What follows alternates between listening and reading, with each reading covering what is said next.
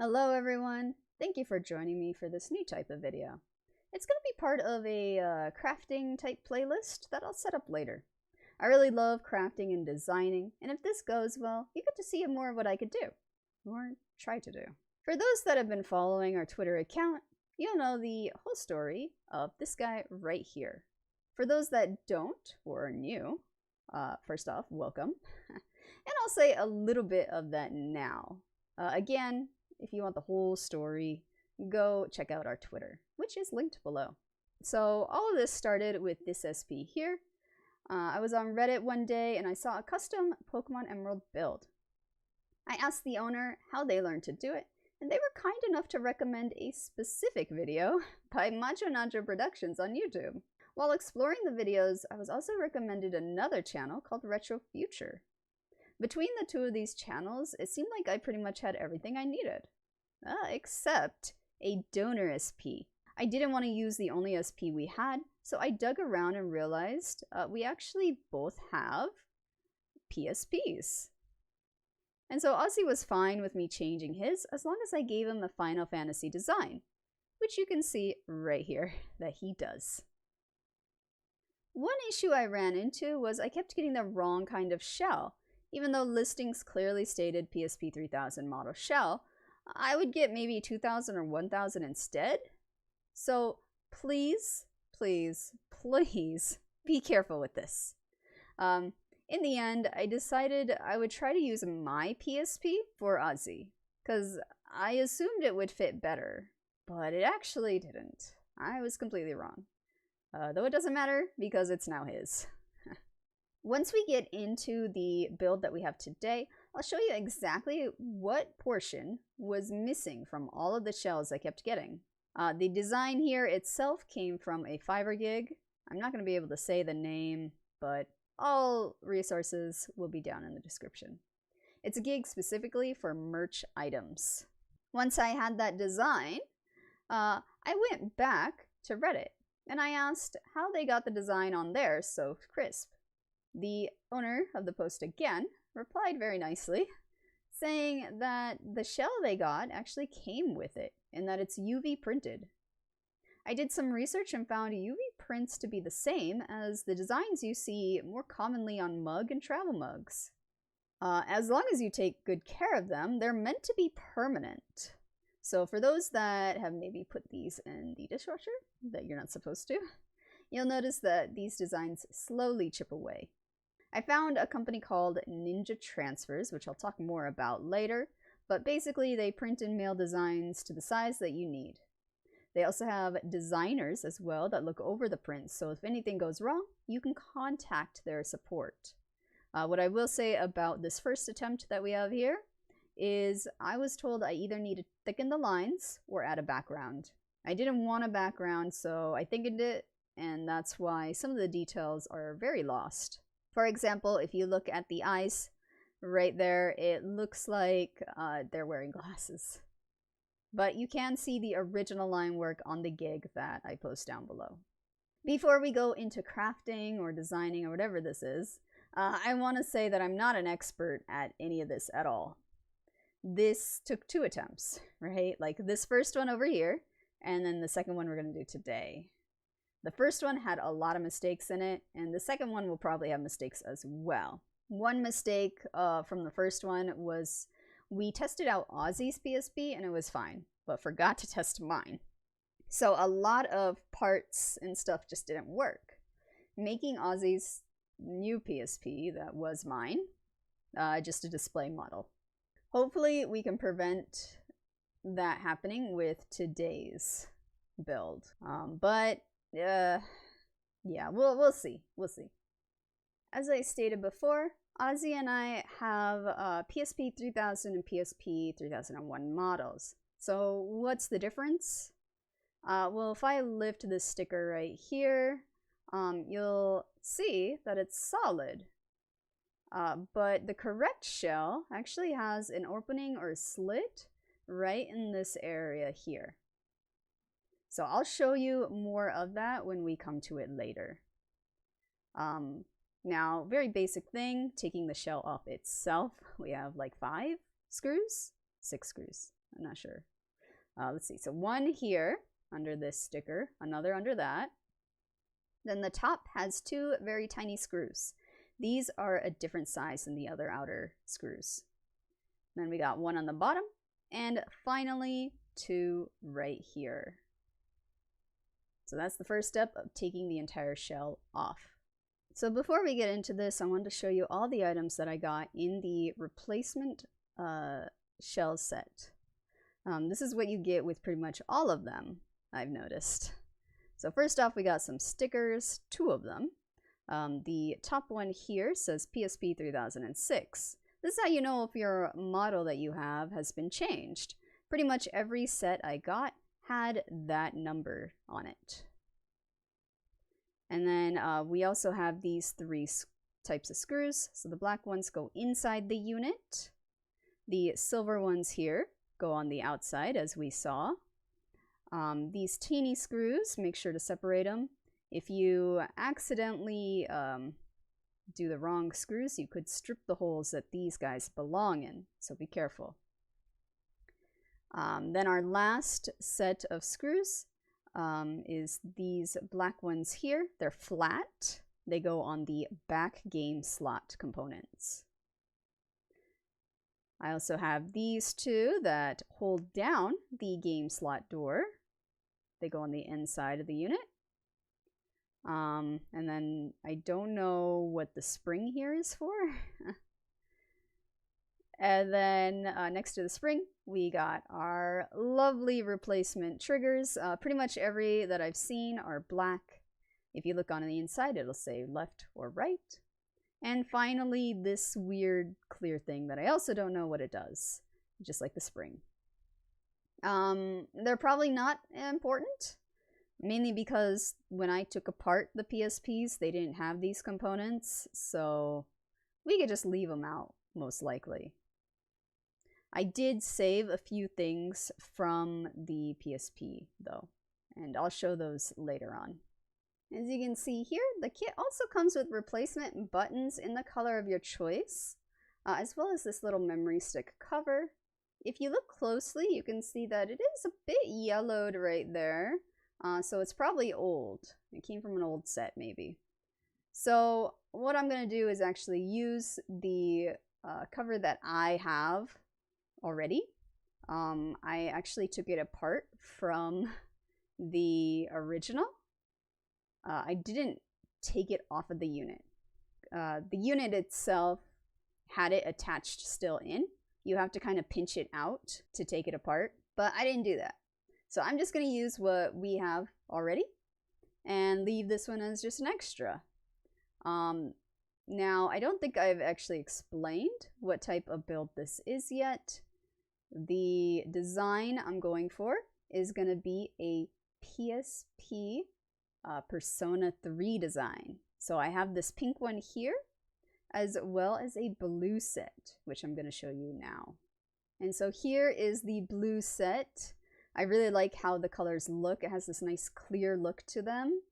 The pink one, on the other hand, is very solid and kind of boring looking, so I'm probably going to use the blue ones for this. The shell itself is also going to be mixed, so that's the next part I'm going to show you, because I do have that together. And here is the shell. So the top part here is going to be pink, and then the bottom, as you can see, is blue. So it will mainly look pink. I'm going to flip it over so you can see how the back also looks. And here is the back cover. So the battery pack cover is going to be pink, and the rest is blue. Reason for that is the design itself. So I'm using a design I made that's on my Etsy store. They're chibi designs of the protagonists. So the male protagonist is here, and he's facing this way, looking that way. So his back is right against this, while the girl is the opposite, her back here and facing the other way. And so that's the choice of why I did mostly pink for this build. And I think it's okay to do pink just because I do main the female quite a bit when playing this game. So you can see that the front plate and battery pack make it mostly look pink from the sides, where this part here is really the only blue that we see. And so that's one of the reasons why I've decided I want to make the buttons themselves blue. This design choice also was so that the protagonists on the back match their colors that they're on. And then something I actually forgot to mention is that the kit comes with screwdrivers, but I'm just going to use the screwdriver that we actually own instead. And so if I can get this to focus properly, the kit that we have is the iFixit one. Yeah, I bought this in 2015 as a gift for Ozzy, so it's an older set. The screwdriver, I think, is still the same. It functions the same way, which is really helpful. The blue part at the top there actually spins, so you can put as much pressure as you want without it tearing into your palm. So very nice to have. If you can't have the entire kit, I recommend just the screwdriver at least.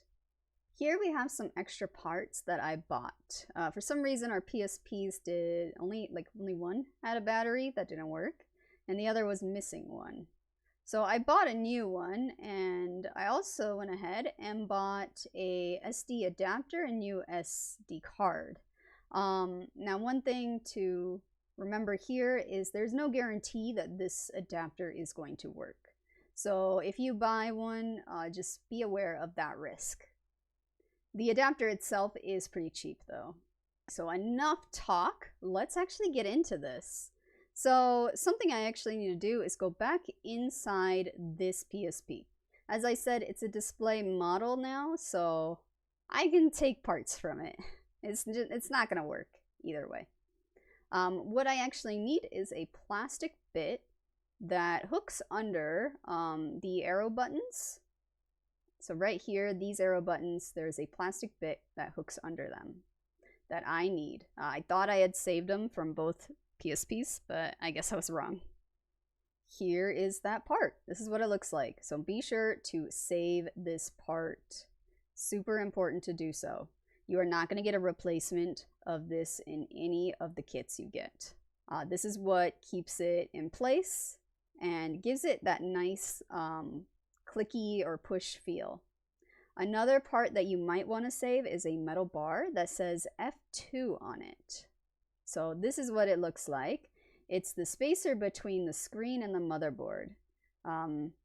It might fit, it might not fit, but I would still recommend saving it just in case.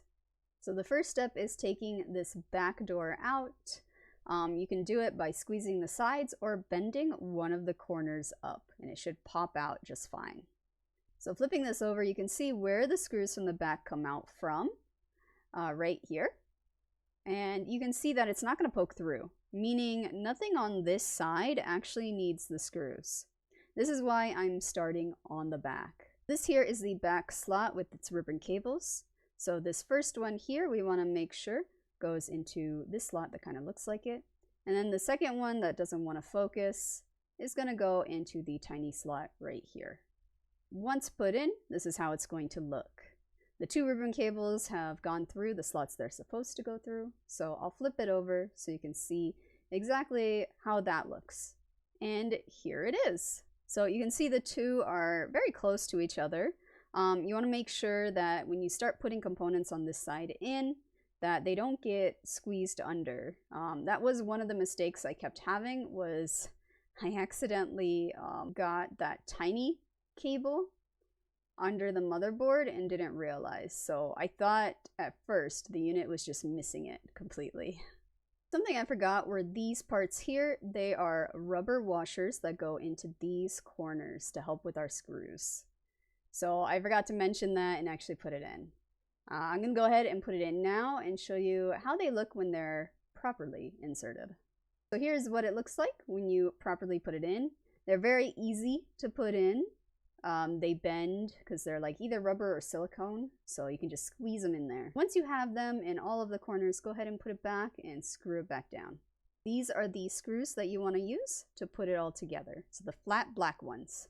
And here it is, all put together. You'll notice that I also took out the battery slot here, or the cover. That's because we have to put one more little part in before flipping this over. Now, if you look closely, this is where that part goes.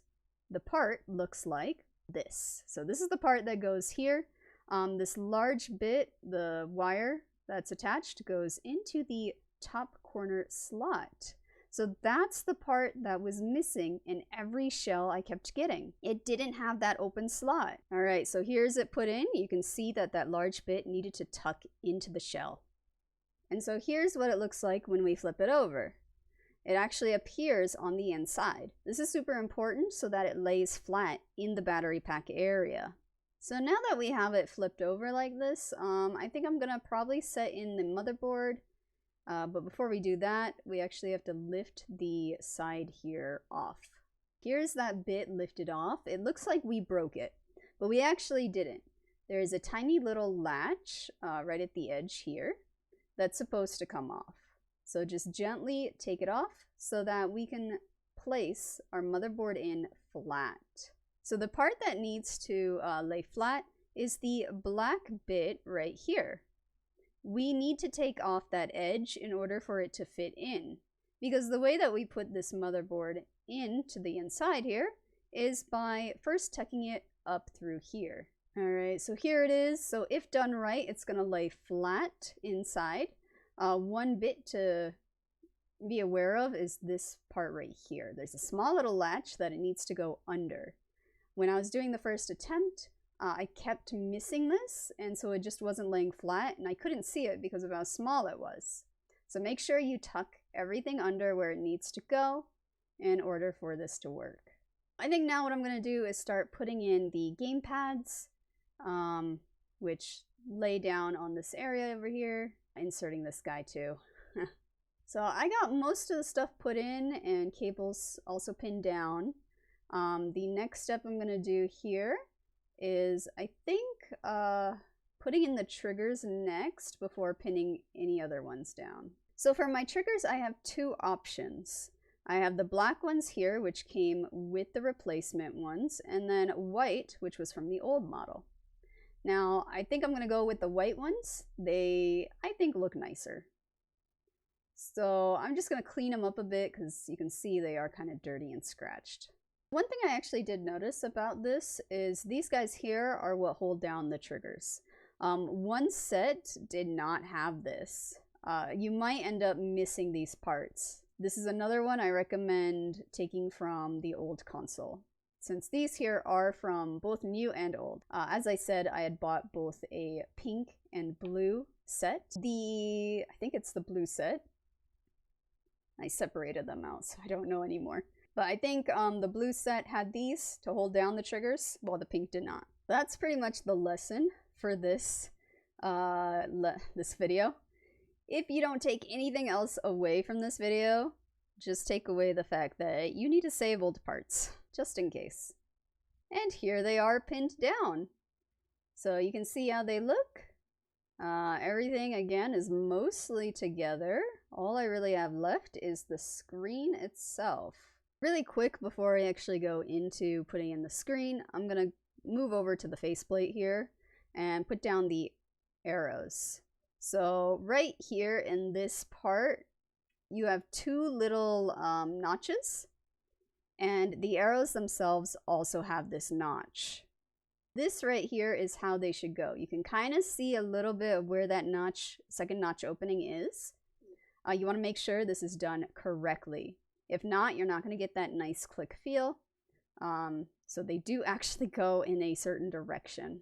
Once you have this put down correctly, all you gotta do is put in our rubber part here. And here's how it looks. If put in properly, it won't come out even if I shake it. Alright, so I have mostly everything put together now. You can see all the ribbon cables and our little wire pinned down and put in. The screen itself is in. All that's left is to put the faceplate in. And also to test it. With our replacement shells, there actually is another film that you need to take out.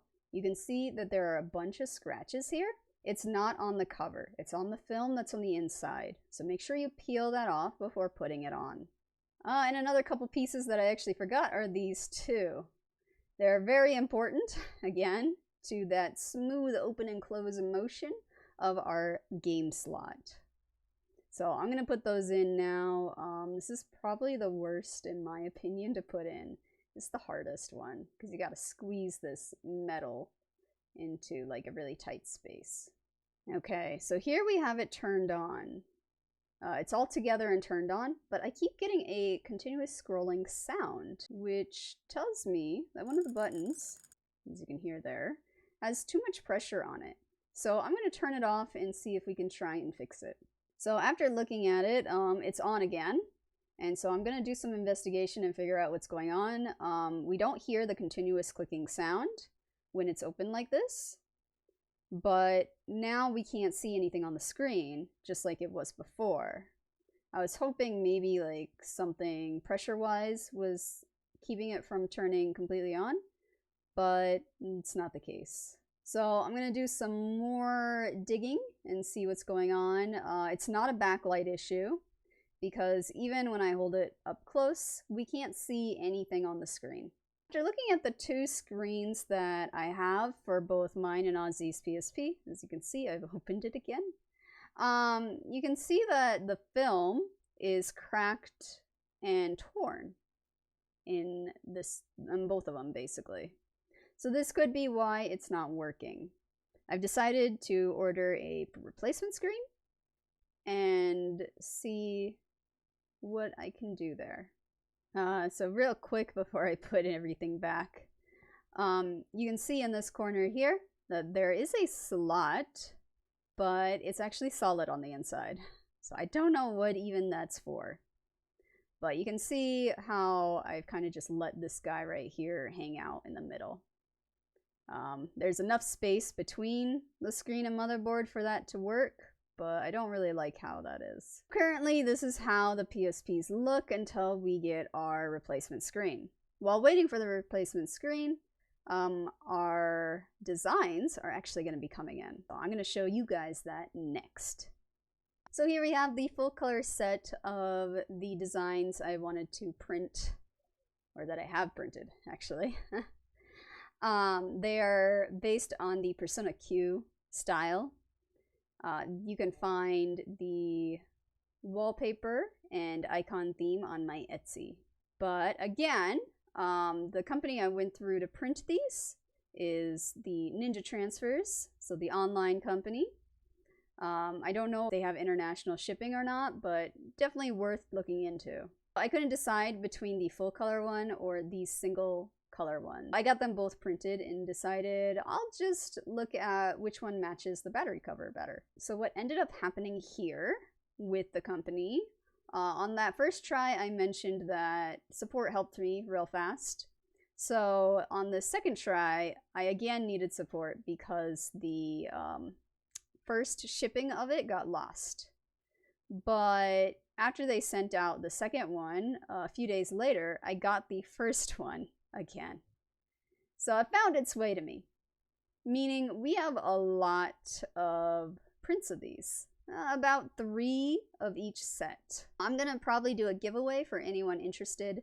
Again, these can go on anything. As long as you take good care of them, they become permanent. And more commonly used on like ceramic and mugs though.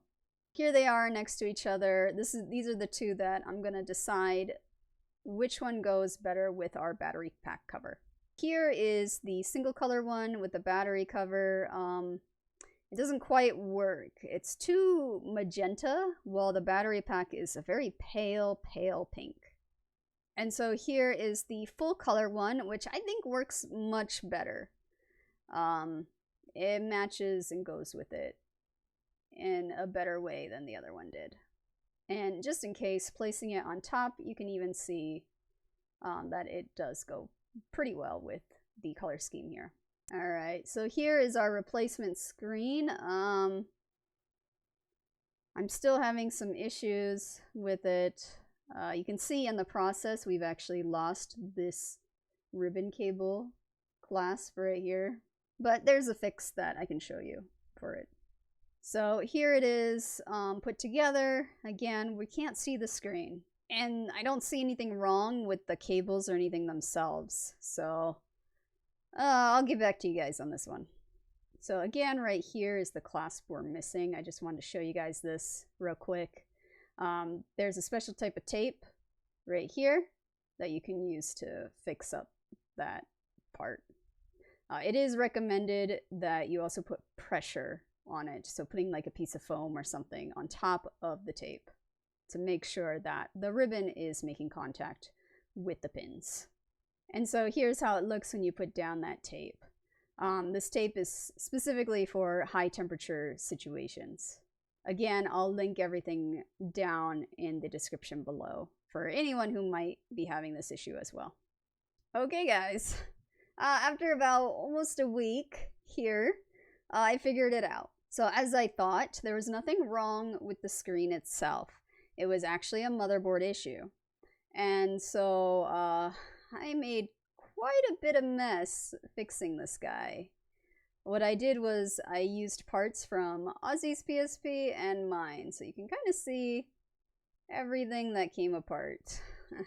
But it was all worth it. So I took the motherboard from 𝘿𝙊's and then kept the buttons from this one that we were doing. Because the thing that wasn't working in 𝘿𝙊's PSP was the buttons. But the screen did turn on. So a lot of switching around and mashing around. But we finally have a working PSP.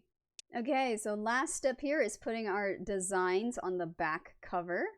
You can see that they are quite big compared to the shell. I'm not sure why. I'll show you what the single colors look like, because they actually came out to the size that I needed. But I made these all the same size, so I'm not sure what went wrong. But anyway, I'm gonna go ahead and put them on now. So here they are applied. They look nice overall, I think.